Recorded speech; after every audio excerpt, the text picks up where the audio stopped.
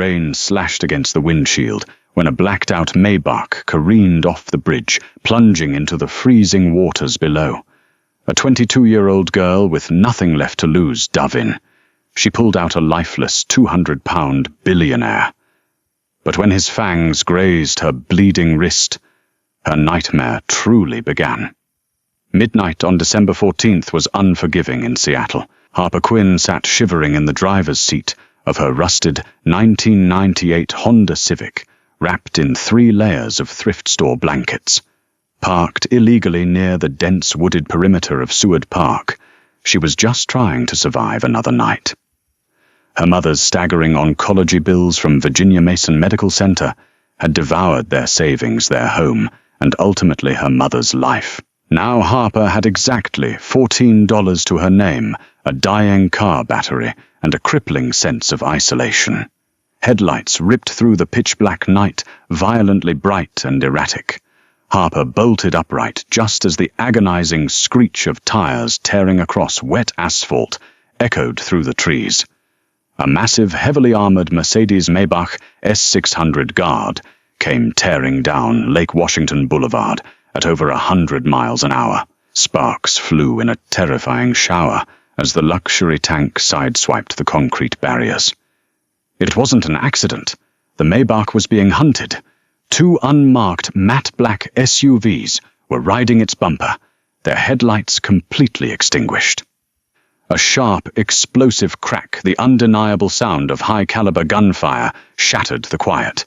The Maybach's front left tire blew out, the massive vehicle fishtailed, violently snapping through the reinforced steel guardrails as if they were made of toothpicks. Gravity claimed it instantly.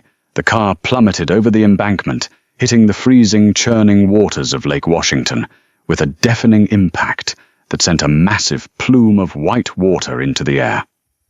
The pursuit SUVs skidded to a halt up on the road. Doors slammed, flashlights cut through the rain. Harper didn't think. Instinct, fueled by a dangerous cocktail of adrenaline and raw desperation, took over. She kicked her car door open, scrambling down the muddy, rain-slicked embankment, hiding behind a thick cluster of evergreen trees. Up on the road, men in tactical gear were pointing assault rifles at the sinking car. "Let it sink!" a voice barked over the storm, a deep, gravelly voice belonging to a man later identified in leaked underground dossiers as Arthur Pendleton, a ruthless mercenary commander. Nothing survives that water. Not even him. They didn't shoot. They just watched the water swallow the $1 million vehicle. Once the taillights disappeared beneath the murky surface, the men piled back into their SUVs and sped off into the night. Silence descended, broken only by the relentless downpour. Harper threw off her heavy coats. The water temperature was hovering around 38 degrees, cold enough to trigger hypothermia in minutes, cold enough to stop a human heart. But she couldn't just walk away. Someone was dying down there. She dove into the black water. The cold hit her like a physical blow, driving the oxygen from her lungs in a violent gasp. It felt as though thousands of icy needles were driving themselves into her skin. Kicking her legs, Harper forced her eyes open in the murky, stinging darkness. The Maybach was sinking nose first, its heavy armored plating pulling it down into the lakebed's thick silt. Harper swam furiously, her hands blindly scraping against the metallic hull until she found the driver's side window. The reinforced glass was severely spiderwebbed from the gunfire, and the immense water pressure was bowing it inward. Inside, illuminated by the fading, eerie glow of the dashboard, electronics was a man. He was massive. Even slumped over the steering wheel unconscious, his sheer size was intimidating. He wore a bespoke, charcoal grey Italian suit, now ruined by the rising water. Harper pounded her fists against the glass. It didn't budge. Her lungs were burning, screaming for air. She kicked off the door, swimming up to the surface to take a desperate, ragged breath before plunging back into the abyss. This time she grabbed a jagged, heavy piece of metal debris that had sheared off the guardrail and sunk nearby. Swimming back to the window, she swung the metal bar with everything she had. Crack! The structural integrity of the bullet-riddled glass finally gave way. The window imploded, sending a violently swirling vortex of freezing water rushing into the cabin along with millions of tiny razor-sharp shards of glass. Harper reached in her bare forearm, scraping painfully against the jagged edges of the window frame. A deep gash tore open her flesh, sending a warm ribbon of crimson blood swirling into the cold water, but the adrenaline masked the pain. She grabbed the man by his broad shoulders. He felt like a statue carved from solid granite. He easily weighed over 200 pounds, his dense musculature making him impossibly heavy, a dead weight trapped by the seatbelt. Harper fumbled blindly over his chest, her freezing, numb fingers desperately searching for the buckle. She found the release, pressing it down hard. With a frantic, agonizing pull, she hauled him out through the shattered window. The swim to the surface was pure torture. Her vision was tunneling, graying at the edges. Her muscles seized, burning with lactic acid and extreme cold. She hooked her bleeding arm under his heavy jaw, kicking her legs in a sloppy, desperate rhythm. The man was unnaturally still. They broke the surface. Harper gasped violently, choking on lake water and rain. "Help!" she screamed, though she knew no one was coming. "Somebody help me!" With agonizing slowness, inch by muddy inch, Harper dragged the giant of a man onto the rocky shore. She collapsed beside him, her chest heaving, coughing up water, her entire body shaking so violently her teeth rattled. For a moment, all she could do was lay there in the mud, bleeding and freezing. But the silence from the man beside her forced her to move. She crawled over to his motionless body. Up close, his features were striking sharp, aristocratic cheekbones, an uncompromising jawline, and thick, dark hair plastered against his forehead. But he was pale. Too pale. His skin was the color of alabaster, entirely drained of blood. Harper pressed 2 trembling fingers to his carotid artery. Nothing. There was no pulse, no breath escaping his slightly parted lips. He was completely, unequivocally dead. Harper knelt in the freezing mud, the rain washing the blood from her deeply lacerated arm. Panic clawed at her throat. She had risked her life, plunged into freezing water, only to drag a corpse ashore. No, come on," she muttered, her voice trembling. She positioned her hands over the center of his massive, broad chest and pushed down beginning chest compressions.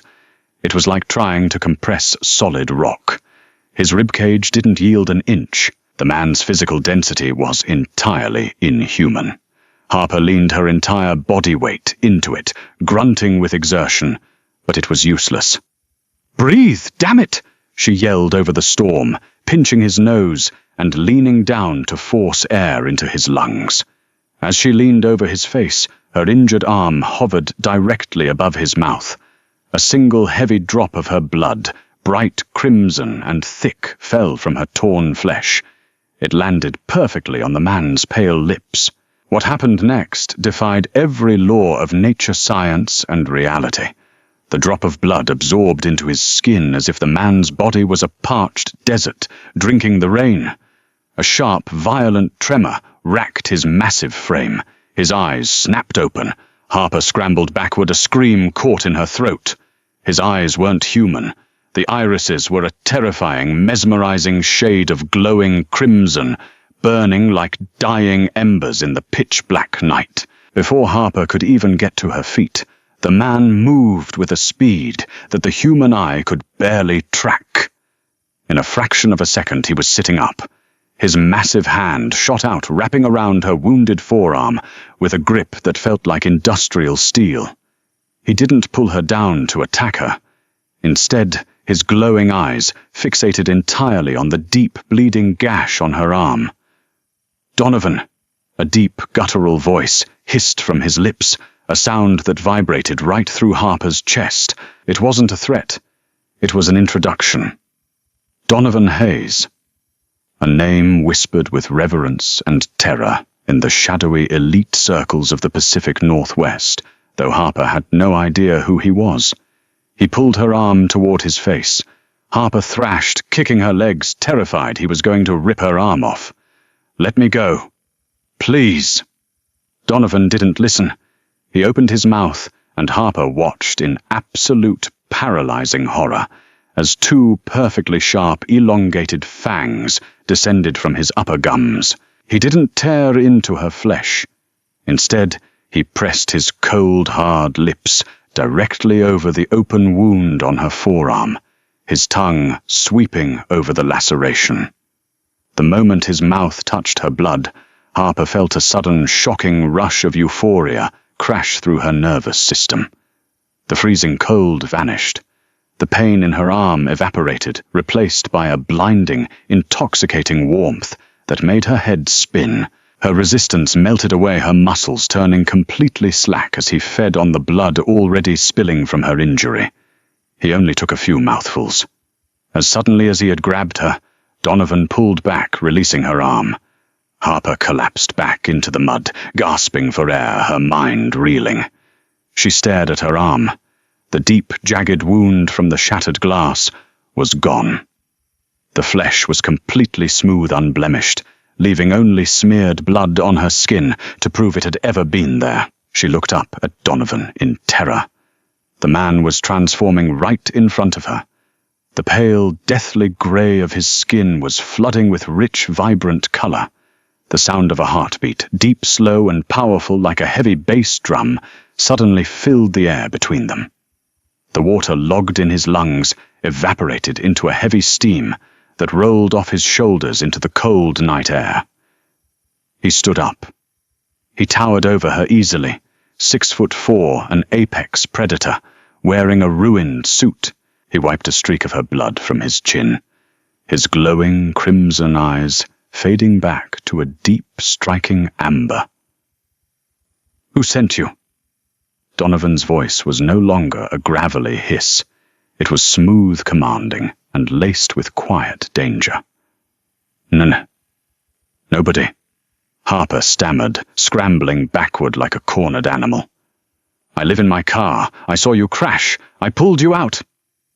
Donovan narrowed his eyes, studying her face, listening to the terrified, erratic fluttering of her heart. He took a step toward her. "You broke through guarded steel glass underwater. You pulled me ashore." "Yes," she cried, tears mixing with the rain on her face. "You were dead. You didn't have a pulse. What are you?" Before Donovan could answer, the sharp hum of high-performance engines echoed from the road above. The assassins had returned. 3 blacked-out SUVs skidded to a halt near the broken guardrail. The doors flew open, and a dozen heavily armed men poured out. Tactical flashlights equipped with blinding lasers swept down the embankment, cutting through the trees like searchlights. "Check the shoreline," Pendleton's voice roared. "If he floated up, burn the body." Donovan's gaze snapped toward the road. His jaw tightened, the muscles in his neck cording like thick ropes. He looked back down at Harper, who was frozen in sheer panic, staring at the approaching beams of light. "They will kill you just for seeing me," Donovan stated coldly, his tone entirely devoid of panic. "I didn't do anything," Harper whimpered. "In my world, innocence is a liability," Donovan replied.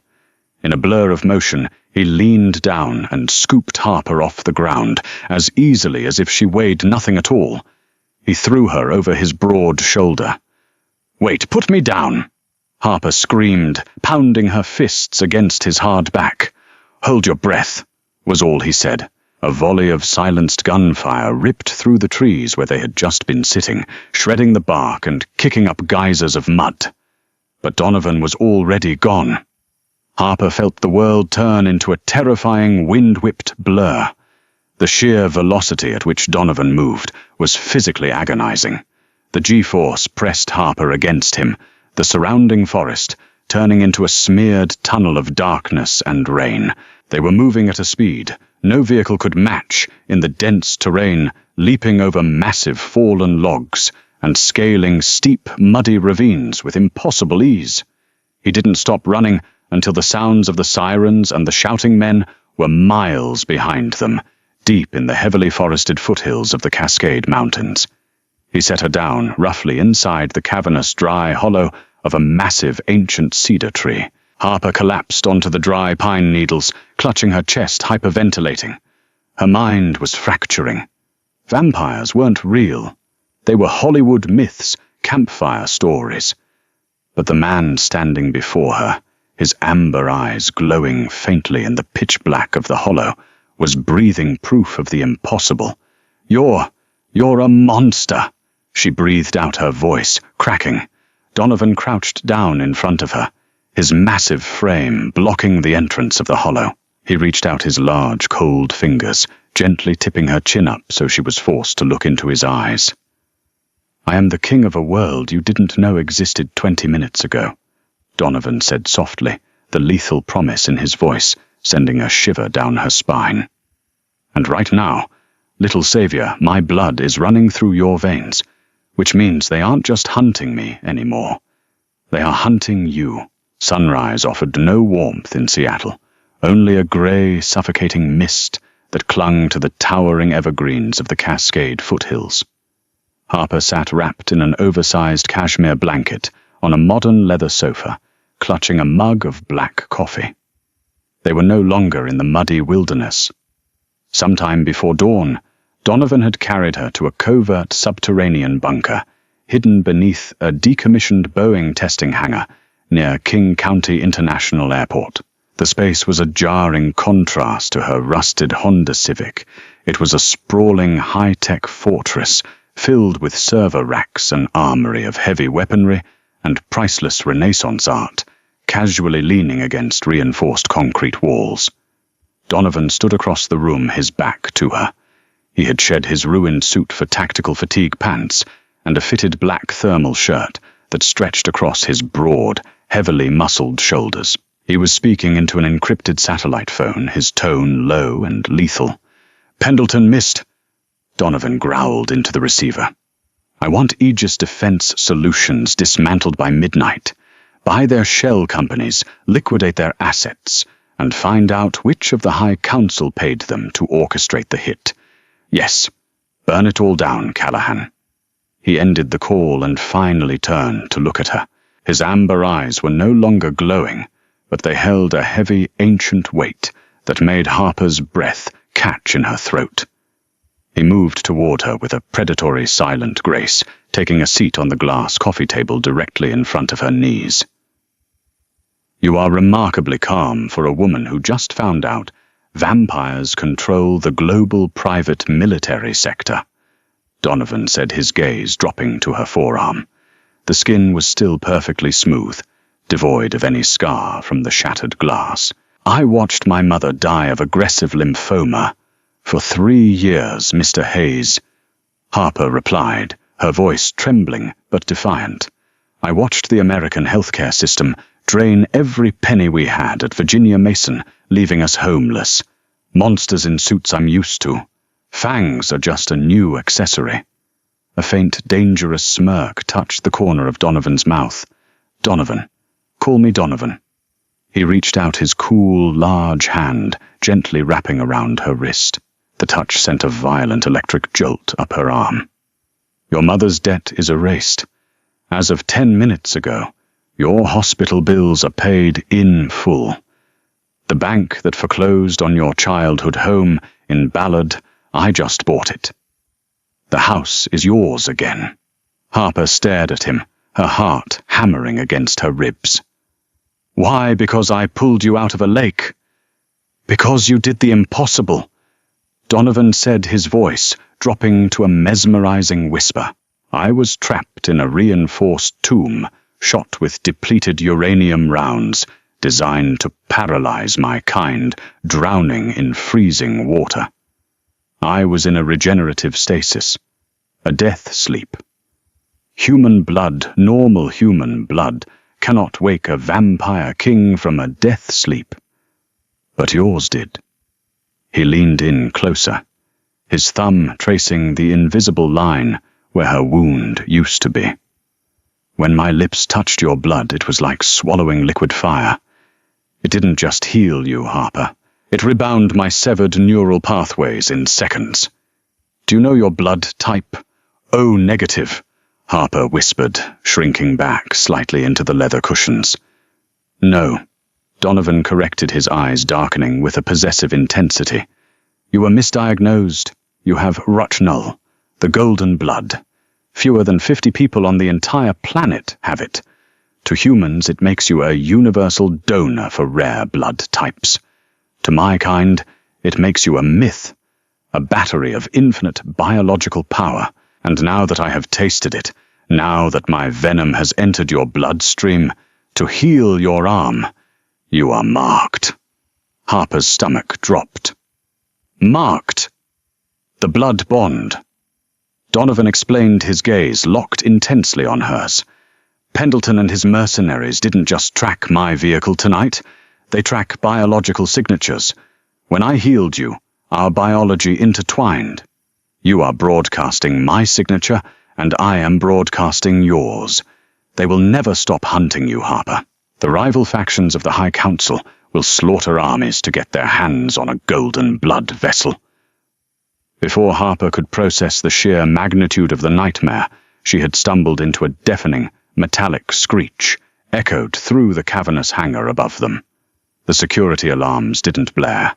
They were instantly overridden, the bunker plunging into complete darkness before the emergency red strobe lights violently fled to life. They bypassed the biometric firewall. Donovan snarled, his fangs elongating with a sickening crack of shifting bone. He stood up, his massive frame instantly shielding her. Pendleton didn't come alone. He brought the Strigoi. The what? Harper yelled over the sudden, terrifying sound of heavy explosives detonating at the bunker's main blast doors. Vampire mercenaries. Donovan said, pulling a massive matte black Desert Eagle from a hidden holster under the table, casually racking the slide. He looked back at her, his amber eyes burning with that terrifying demonic crimson light. Stay behind me. If anyone touches you, I will tear their spine out through their throat.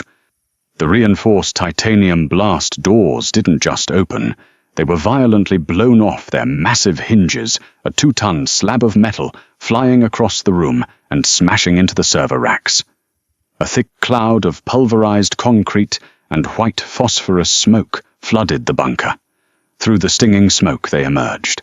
A dozen heavily armored mercenaries, led by Arthur Pendleton, flanked by 4 figures that didn't move like humans.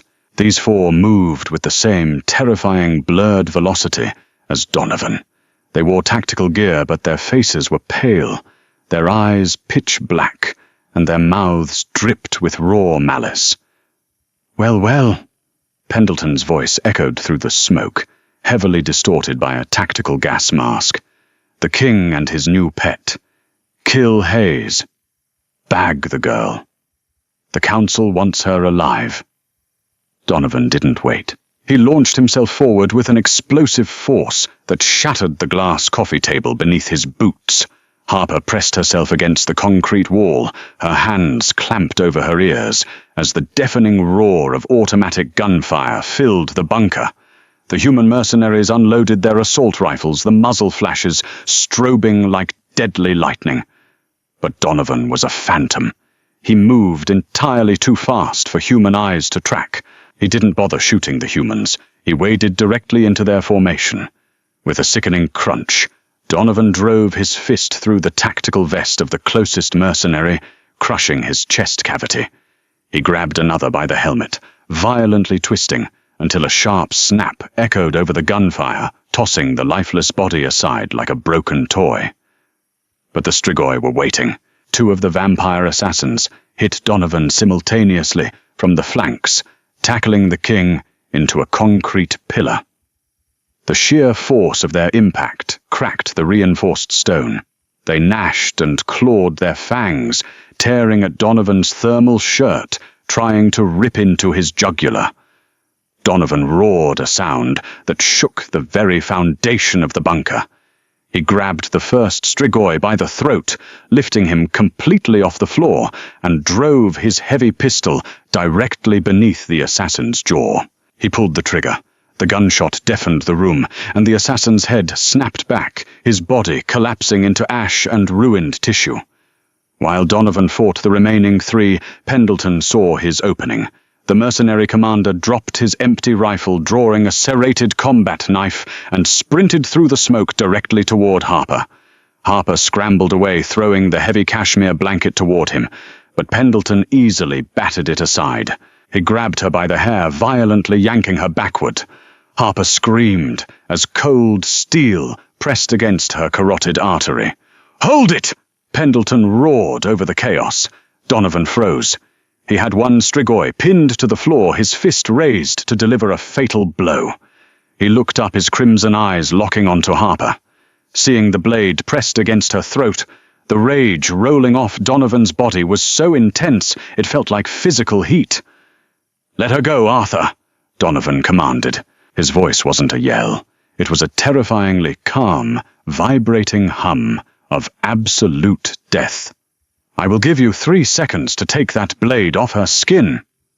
"You're in no position to negotiate, Your Majesty," Pendleton sneered, stepping backward and dragging Harper with him toward the blown-out exit. "The Aegis Council sends their regards. I'm taking the golden blood." Harper's heart pounded furiously against her ribs. She looked at Donovan. She saw the desperation masking his rage. She wasn't just a homeless girl anymore. She was a survivor. The blood bond Donovan spoke of wasn't just a beacon. She could feel it. A strange, thrumming adrenaline coursed through her veins, a residual power left behind from his venom. She didn't freeze. She fought back. Harper drove her heavy combat boot backward, smashing her heel directly into Pendleton's shattered kneecap, a remnant injury from his military days that he heavily favored. Pendleton grunted in sudden agony, his grip loosening for a fraction of a second. The knife slipped. That was all Donovan needed. The air actually cracked as Donovan broke the sound barrier. Before Pendleton could even comprehend the pain in his knee, Donovan was there. The Vampire King didn't use a weapon. He wrapped his massive hand entirely around Pendleton's face, his fingers digging into the mercenary's skull. With a brutal, merciless shove, Donovan slammed the commander backwards into the jagged, broken steel edge of the blown-out blast door frame. Pendleton went entirely limp, sliding down the metal frame to the floor, dead on impact. The remaining Strigoi, seeing their human commander obliterated in the blink of an eye, and the king standing completely unhinged in his fury, didn't hesitate. They turned and vanished into the smoke, abandoning the contract to save their own lives.